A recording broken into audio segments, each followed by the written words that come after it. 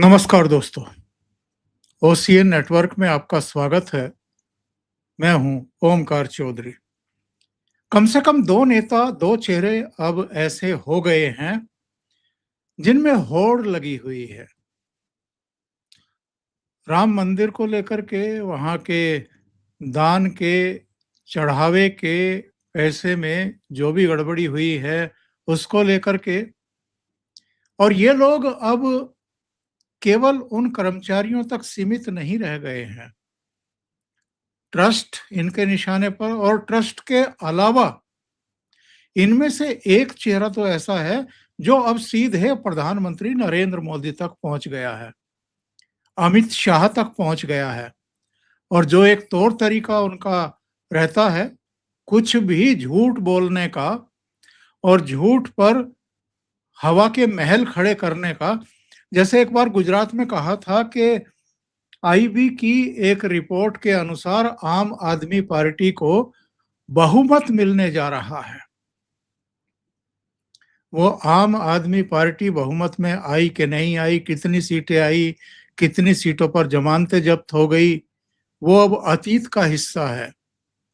लेकिन वैसा ही दावा प्रेस कॉन्फ्रेंस में अरविंद केजरीवाल ने अयोध्या को लेकर के किया कि सूत्रों के अनुसार आईबी ने कम से कम 10 रिपोर्ट प्रधानमंत्री को सौंपी कि अयोध्या में ये घोटाला हो रहा है, ये गड़बड़ियां हो रही हैं, वो गड़बड़ियां हो रही हैं, और प्रधानमंत्री ने उसे दबा करके बैठ गए, कोई कार्रवाई नहीं की। यानी अगर कोई गड़बड़ी चढ़ावे में हुई भी है तो उसमें कार्रवाइयां हो रही हैं, एसआईटी का गठन हो गया है, गिरफ्तारियां हो गई हैं, बरामदगी हो गई है। लेकिन इस पर राजनीति करके क्या ये उम्मीद कर रहे हैं कि ये सनातनी वोटर्स में कोई सेंध लगा पाएंगे, या गेम कुछ और है?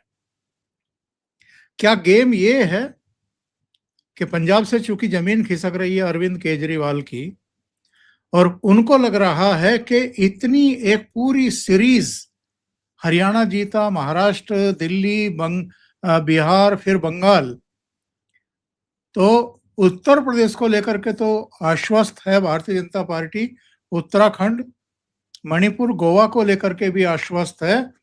इस बार वो सीधे पंजाब में कमर कस के ना उतर पड़े, और जो माहौल एक बना हुआ है उसमें कहीं पंजाब भी उनके हाथ से ना निकल जाए, और भारतीय जनता पार्टी वहां भी सबसे बड़ी पार्टी या सत्ता का केंद्र बन करके ना उभर जाए। तो इसलिए जो सबसे लोकप्रिय चेहरा है, जो जनता के विश्वास का केंद्र बने हुए हैं प्रधानमंत्री, उन्हीं पर सीधे हमले किए जाएं। मेरे साथ जुड़ रहे हैं वीरेंद्र नाथ भट्ट, वरिष्ठ पत्रकार, और आप जानते हैं उनकी मेधा, उनकी मुद्दों पर पकड़। तो सीधे उनके साथ जुड़ लेते हैं, लखनऊ से जुड़ रहे हैं, फिर चर्चा को आगे बढ़ाएंगे। वीरेंद्र जी, नमस्कार। बहुत स्वागत, नमस्कार। आज अखिलेश यादव ने भी लखनऊ में एक धुआंधार प्रेस कॉन्फ्रेंस की है, और प्रेस कॉन्फ्रेंस में उनके साथ विराजमान थे एक सज्जन जो ट्रस्ट के सदस्य भी रहे हैं, हरिशंकर साफरीवाला, और रही होगी इनकी चंपत राय से कोई पुरानी खुंदक, तो उन्होंने चंपत राय पर तमाम तरह के एलिगेशन लगा दिए अखिलेश यादव के साथ बैठ करके। उन्होंने ये भी कहा कि मुझे करोड़ों का लालच दिया गया मुंह बंद रखने के लिए, और सारी लूट की संपत्ति पर चंपत राय ने कब्जा कर लिया है। इस तरह के आरोप मढ़ देना किसी पर बिना किसी सबूत के, ये अखिलेश यादव के मन में, दिमाग में है क्या? ये आप कोई गुत्थी सुलझा पाए क्या? देखिए, अब 6 महीने बाद चुनाव है, और जिन लोगों का कभी सनातन धर्म से, मंदिरों से, भगवान राम से कभी कोई वास्ता रहा नहीं। समाजवादी पार्टी अपनी स्थापना काल से लेके आज तक केवल उसका जो उसकी निष्ठा और आस्था कहाँ रही है, ये बताने की आवश्यकता नहीं है। ये कहने को तो इंडी अलायंस है, लेकिन वास्तव में ये हिजबुल्लाह अलायंस है। द सर्वेंट ऑफ अल्लाह माने हिजबुल्लाह। तो अब उनको मौका मिल गया है। उनको लगता है कि इसी बहाने योगी आदित्यनाथ के ऊपर और बीजेपी के ऊपर हमला किया जा सकता है। लेकिन उसमें उनको निराशा ये लग रही है कि 3 जून को ये मामला खुला। ये समाजवादी पार्टी ने ये आरोप लगाया और उसके 7 दिन में ही एसआईटी बन गई और उसके अगले 7 दिन में एसआईटी की इंटरिम रिपोर्ट आ गई। उसी के अंदर और जून के महीने में ही एफआईआर दर्ज हो गई। जून के महीने में ही 8 लोग गिरफ्तार हो गए और जून के महीने में ही काफी पैसा उसमें रिकवर भी हो गया, आभूषण भी रिकवर हो गए। और जून के महीने में ही जो जो 2 ट्रस्ट के मेंबर हैं, ट्रस्ट के महामंत्री चंपत राय और दूसरे उनके सदस्य अनिल मिश्रा, दोनों ने अपना इस्तीफा दे दिया। तो इतनी तेज कार्रवाई हुई है और उसके अलावा जो ट्रस्ट के मंदिर के अंदर का जो पूरा जो स्टैंडर्ड ऑपरेटिंग प्रोसीजर था, जो पूरा काम था, वो सब बदल गया। अब बहुत ज्यादा वहां पे सख्ती हो गई। तो उनको ये उम्मीद नहीं थी और 6 तारीख को ट्रस्ट की बैठक होने जा रही है। और जो है ये दोनों का इस्तीफा स्वीकार हो जाएगा। आज चंपत राय ने कह दिया है कि मैं इस कलम के साथ जीना नहीं चाहता और मैं बहुत जल्दी अयोध्या छोड़ दूंगा। और उधर पॉलिटिकल पार्टीज के इशारे पर अयोध्या में आज वकीलों ने बहुत बड़ा काफी जो प्रोटेस्ट किया, भीड़ और जुलूस निकाला और पुलिस को एक उन्होंने एप्लीकेशन दी है कि चंपत राय और डॉक्टर अनिल मिश्रा के खिलाफ एफआईआर दर्ज की जाए। पुलिस ने उसको रिसीव कर लिया है और उम्मीद है कि अगले 24 घंटे में इसका भी निर्णय हो जाएगा। तो अब ये इलेक्टोरल पॉलिटिकल इशू बन गया है। और जैसे ही और दूसरे आज अयोध्या विकास प्राधिकरण ने ये जिन लोगों ने मंदिर से लूटे गए पैसे से बड़े बड़े भवन बनाए हैं अपने अयोध्या के आसपास या गांव में या शहरी इलाके में, उनको भी ध्वस्त करने की तैयारी आज शुरू हो गई है। और ये संभावना है कि ये काम कल शुरू हो जाएगा, इनके ध्वस्तीकरण का। तो सरकार ने जो इतना तेज एक्शन लिया है और जिस तरीके से मुख्यमंत्री योगी आदित्यनाथ ने इस पे तेज एक्शन लिया है, उससे थोड़ी निराशा हो रही है अपोजिशन को। आपने देखा होगा कल कांग्रेस के लोग भी ड्रामा कर रहे थे, परसों हम जाएंगे अयोध्या दर्शन करने। ये वही कांग्रेस है जिसने 2013 में मनमोहन सिंह जब प्राइम मिनिस्टर थे, तब सुप्रीम कोर्ट में बकायदा एफिडेविट दिया था कि भगवान राम काल्पनिक है, इनका कोई अस्तित्व नहीं था। आज इनको भगवान राम बहुत याद आ रहे हैं और ये मंदिर को लेकर के आंदोलन कर रहे हैं। तो ये केवल जो कुछ भी हो रहा है, ये चुनावी राजनीति से प्रेरित है। एट द सेम टाइम इस पे कोई दो राय नहीं है कि मंदिर में जो चढ़ावे में पैसा आया है उसमें गोलमाल हुआ, उसमें गबन हुआ। और चूंकि चंपत राय महामंत्री हैं, ओवरऑल मंदिर का के एडमिनिस्ट्रेशन का, प्रशासन का उनका दायित्व तो था, तो वो इससे बच नहीं सकते। उन्होंने त्यागपत्र दे दिया। अब ये एसआईटी का कार्यकाल आपको आपको मालूम है कि कल बुधवार को राज्य सरकार ने 15 दिन के लिए बढ़ा दिया और वो पूरे की ऑडिट कर रही है पिछले 4 साल का। और ये सारा और जो कुछ भी गोलमाल हुआ है वो सामने आएगा। और अयोध्या पुलिस ने भी इसे एफआईआर की, आपको मालूम ही है, 8 लोग जेल में गए हैं। और state bank of India, Canara bank of India और एक अन्य बैंक को भी पुलिस ने नोटिस दिया है कि आप सारा ब्यौरा दें। तो अभी बहुत कुछ चीजें आना बाकी है सामने, जांच अभी जारी है। और चंपत राय को ये अवश्य बताना चाहिए, जब संपूर्ण दायित्व तो उनका था प्रशासन का, मंदिर की सारी व्यवस्था का, और टिन्नू यादव जो उनका मूलगा बताया जाता है, वो इतना महाशक्ति कैसे बन गया था, वो आदमी के पास ये शक्ति कहाँ से आ गई थी कि वो जिस कमरे में चढ़ाने का पैसा कैश काउंट होता था, उसके वो सीसीटीवी ऑफ करवा दिया करता था। वे कहने को तो वो उनका ड्राइवर है, लेकिन वो जो है मंदिर के अंदर सारे काम कर रहा था। वीआईपीज आएंगे, उनको दर्शन करवाना, कैसे उसको जो है मंदिर के गर्भगृह में प्रवेश करने की अनुमति मिली हुई थी, बहुत सारी बातें हैं। तो अच्छा है समय रहते ये बात सामने आ गया। और मेरा मानना है it's a matter of collective Shem for every Hindu कि ऐसा हुआ। लेकिन मंदिर में पैसे का गबन हुआ, ये एक विषय है। और उस गबन को अपनी चुनावी राजनीति को और अपने और उसके उसके माध्यम से चुनावी राजनीतिक लाभ उठाने की का जो अभियान है समाजवादी पार्टी का या कांग्रेस का, वो एक अलग विषय है। और अभी तो 20 जुलाई से पार्लियामेंट शुरू, संसद का मानसून सत्र शुरू हो रहा है। आप देखिएगा इसके ऊपर भी काफी हंगामा मचेगा। लोकसभा की कार्रवाई बाधित की जाएगी। प्राइम मिनिस्टर के ऊपर, बीजेपी के ऊपर अनाप शनाप आधारहीन आरोप लगाए जाएंगे। अरविंद केजरीवाल तो इस कला में सबसे आगे हैं, आपको मालूम ही है, झूठे आरोप लगाने में। और उसका अभी ब्यौरा भी दिया आपने। तो ये सब अभी होगा, और ये सब हमारे देश में होने की परंपरा है कि सरकार और खास करके प्राइम मिनिस्टर मोदी के सत्ता में आने के बाद से, मई 2014 से, ये केवल विपक्ष एक नया आरोप रोज लगाता है। लेकिन 12 साल जो है पीएम मोदी के पूरे हो गए, आज तक ये एक मुद्दा नहीं खोज पाए जिसपे नरेंद्र मोदी की सरकार को कटघरे में खड़ा किया जा सके।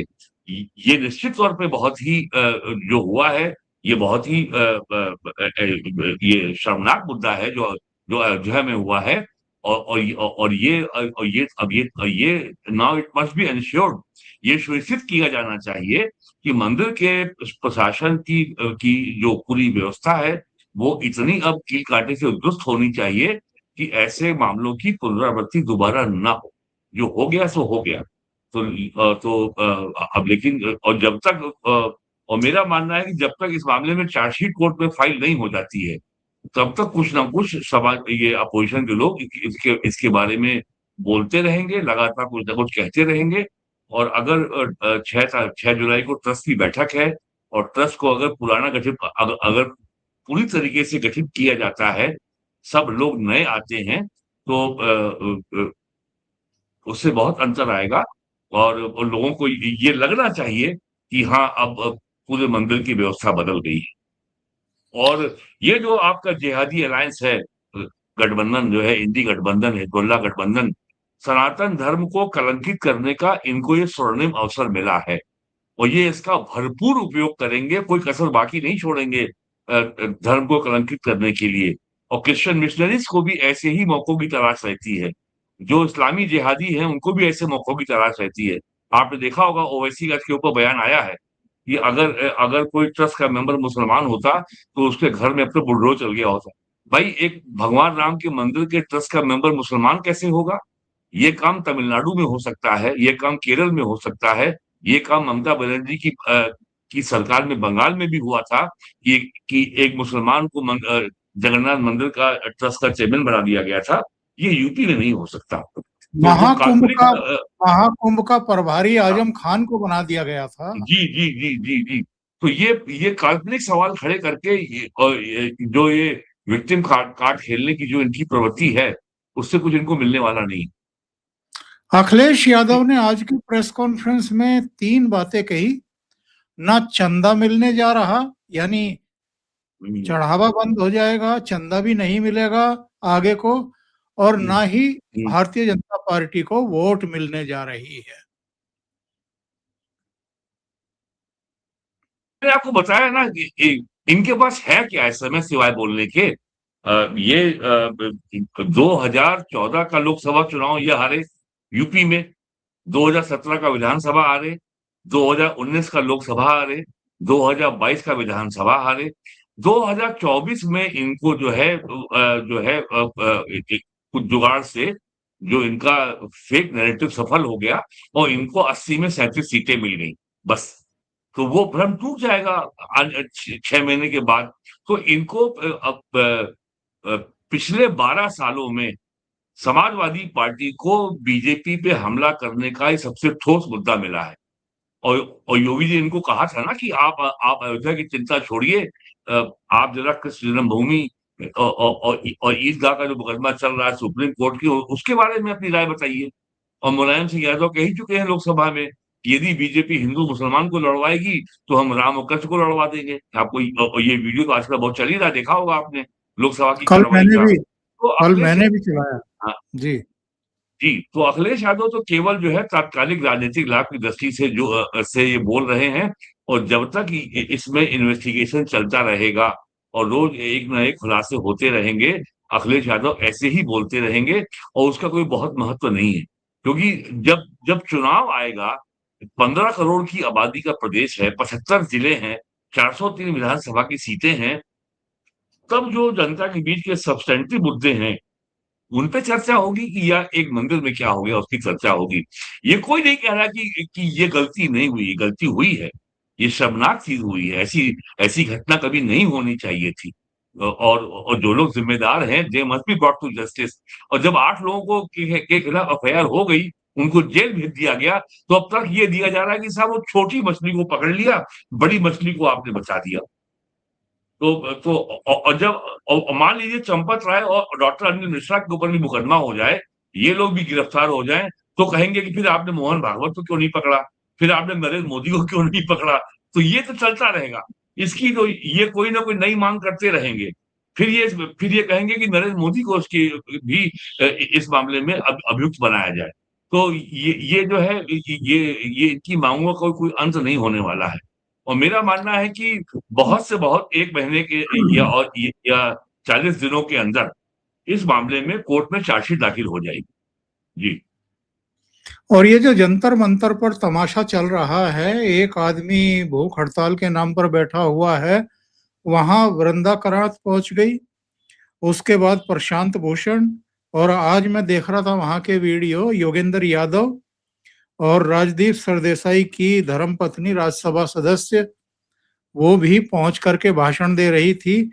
तो ये तो एकदम फुस हो चुका है। ना वहाँ भीड़ जुट रही है, ना लोग आ रहे हैं। लोग समझ चुके हैं इनका तमाशा क्या है, और ये भी समझ चुके हैं कि ये किसका किया धरा है। लेकिन अरविंद केजरीवाल, ऐसा लगता है कि पंजाब चुनाव के मद्देनजर पूरी तरीके से सक्रिय हो गए हैं और अपनी पार्टी को ही इस समय देश में सबसे बड़ी सनातन पार्टी बता रहे हैं। सनातनी पार्टी कोई है? नहीं तो सर देखिए ये हाँ, सुन लेते पहले। जी, सुन लेते हैं। के ऊपर भी आरोप लग जी। रहा है कि हर चुनाव से पहले आप सनातनी हो जाते हैं। पहले आप मैं तो अभी गया था। रुपये पे चाह रहे थे कि लक्ष्मी और गणेश जी दिखे। अभी पंजाब का चुनाव आने वाला है, इसीलिए आप राम मंदिर बार-बार आ रहे हैं, आप सनातनी की बात कर रहे हैं। आप मेरा छोड़िए ना, आप अमित शाह जी से पूछिए कि वो क्यों नहीं गए। 2.5 साल में वो वोट तो मांग रहे हैं राम के नाम पे। एक बार चले जाइए, धन्यवाद कराइए उनका। भगवान ने जिता दिया उन लोगों को 2024 चुनाव, अब तो धन्यवाद तो कर लीजिए। बिना एफआईआर की एसआईटी बन कैसे सकती है? तब तक एफआईआर ही नहीं हुई थी। बिना एफआईआर की एसआईटी बन ही नहीं सकती। आप सूत्रों से मुझे पता चला है कि आईबी ने कम से कम 12 रिपोर्ट प्रधानमंत्री को सौंपी है, जिसमें उन्होंने बताया कि किस तरह से कंस्ट्रक्शन में, जमीनों में और चढ़ावे के अंदर बहुत बड़े स्तर के ऊपर राम मंदिर के अंदर चोरी हो रही है। तो पता तो चला, आपको सब कुछ पता था, लेकिन आप धृतराष्ट्र की तरह चुप रहे, आंखों पे पट्टी बांधे रहे। आईबी अरविंद केजरीवाल को रिपोर्ट करती है क्या? हाँ ये तो अरविंद केजरीवाल को आज भी रिपोर्ट कर रही है। देखिए असली बात ये है कि पश्चिम बंगाल के विधानसभा चुनाव के परिणाम 4 मई को आए थे और 294 विधानसभा सदस्यों की विधानसभा में बीजेपी को 208 सीटें मिली हैं, यानी 2/3 बहुमत मिला है। ये इनके सपने में भी नहीं था कि कभी बीजेपी को इतनी सफलता मिलेगी। तो पश्चिम बंगाल विधानसभा चुनाव के परिणाम के बाद से अमेरिका के अलावा ढाका से लेकर रावलपिंडी, इस्लामाबाद तक भूकंप आया है। और ये मत भूलिए कि उत्तर प्रदेश और पंजाब ढाका रावलपिंडी के बीच में ही पड़ता है और इन दोनों राज्यों में चुनाव हैं 6 महीने बाद। तो अरविंद केजरीवाल को एकमात्र जो उनका किला था पहले दिल्ली, वो उखड़ गया। दूसरा किला उनका बचा है पंजाब। वहां पर भी जिस तरीके से अकाल तख्त के सामने भगवंत सिंह मान को पेश होना पड़ रहा है और अकाल तख्त इससे बहुत नाराज है। जत्थेदारों ने जो उनको निर्देश दिया है कि जो आपने गुरु ग्रंथ साहिब के सम्मान को लेकर के जो नया कानून बनाया है, उसमें ये अमेंडमेंट कीजिए, वरना हम आपको जो है हम आपको जो है माफ नहीं करेंगे। तो वो तो पंजाब भी उनके लिए मुसीबत बना हुआ है। तो अब उनको किसी न किसी तरीके से जनता का ध्यान भटकाना है। तो ये कहानी ले आए हैं वो कि जो है आईबी ने 12 रिपोर्ट दी है नरेंद्र मोदी को अयोध्या के बारे में। तो ये उनकी पॉलिटिकल मजबूरी है। और अरविंद केजरीवाल जो कि ईसाई बन चुका है, कहीं से हिंदू है नहीं, वो भी गया था अयोध्या में रामलला के दर्शन करने, और यूपी गवर्नमेंट ने उसको पूरा प्रोटोकॉल दिया, आइए आपका स्वागत है, मंदिर में जो है कोई भी आ सकता है, कोई रोक टोक है नहीं। तो अरविंद केजरीवाल भी अपनी मरती हुई राजनीति को एक नई जान फूंकने का प्रयास कर रहा है। उसको मालूम है अब उसके पास कुछ बचा नहीं है, और पंजाब में सरकार तो उसकी नहीं बननी है दोबारा, ये पंजाब में कोई भी आपको बता देगा। और जिस तरीके से पंजाब में बीजेपी का रिवाइवल हो रहा है, और पंजाब के लोगों को ये उम्मीद की किरण जगी है कि पंजाब का हाल बंगाल से ज्यादा बुरा है, और केवल बीजेपी ही पंजाब को संभाल सकती है। तो अगर बीजेपी की सीटें अगर 20 से 40 के बीच में आ गई, 117 सदस्यों की विधानसभा है, वहां पे आपको मात्र जो है 56 सीट चाहिए होती है, 56 या 58 सीटें चाहिए बहुमत के लिए। तो अगर बीजेपी 40 सीटें ले आती है तो पंजाब की राजनीति जो है वो एकदम उलट जाएगी। और जिस तरीके से कांग्रेस के अंदर अभी से सर फुटबॉल शुरू हो गया है, मनीष तिवारी जो है बयान दे रहे हैं, उससे लग रहा है कि कांग्रेस का जो के अंदर जो भयंकर जो गुटबाजी है, जो उनके अंदर डिवीजन है, उससे कांग्रेस भी जो है अगर इसी अपने अंदर के जो उनके जो अंदर गुटबाजी थी, इसी के चलते अक्टूबर 2024 में कांग्रेस हरियाणा का चुनाव हार गई असेंबली का, जबकि पूरा देश ये मान के चल रहा था कि कांग्रेस पावर में आ रही है। तो मुझे लगता है यही जो हरियाणा में हुआ था अक्टूबर 2024 में, वही जनवरी फरवरी 27 में होने जा रहा है पंजाब में। तो अरविंद केजरीवाल की जो पंजाब को लेके घबराहट है, वो ज्यादा बड़ा इश्यू है जो अयोध्या में उनके बयानों से झलक रहा है। आप अपनी पंजाब की तैयारी के बारे में बताओ ना, और वो ये नहीं बता पा रहे हैं कि पंजाब में उनका मुख्य मुकाबला किससे होगा, कांग्रेस से होगा कि बीजेपी से होगा। और फिर अगर पंजाब में ट्रायंगुलर कॉन्टेस्ट हो गया, और दोनों और आम आदमी पार्टी के खिलाफ अगर स्ट्रॉन्ग एंटी इनकम्बेंसी रही, सत्ता विरोधी रुझान अगर मजबूत रहा, और कांग्रेस अपने झगड़ों में उलझी रही, तो निश्चित तौर पर इससे बीजेपी के लिए रास्ता खुलेगा। क्या होगा परिणाम, ये तो चुनाव आने के बाद पता लगेगा।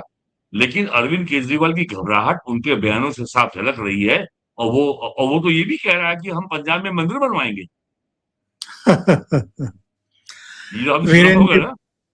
वीरेंद्र जी बहुत बहुत धन्यवाद जुड़ने के लिए, महत्वपूर्ण मुद्दों पर चर्चा करने के लिए। दर्शकों से निवेदन है, आपको ये चर्चा अच्छी लगी हो तो लाइक का बटन दबा दें, वीडियो को शेयर करें, चैनल सब्सक्राइब ना किया हो अभी तक तो जरूर सब्सक्राइब कर लें।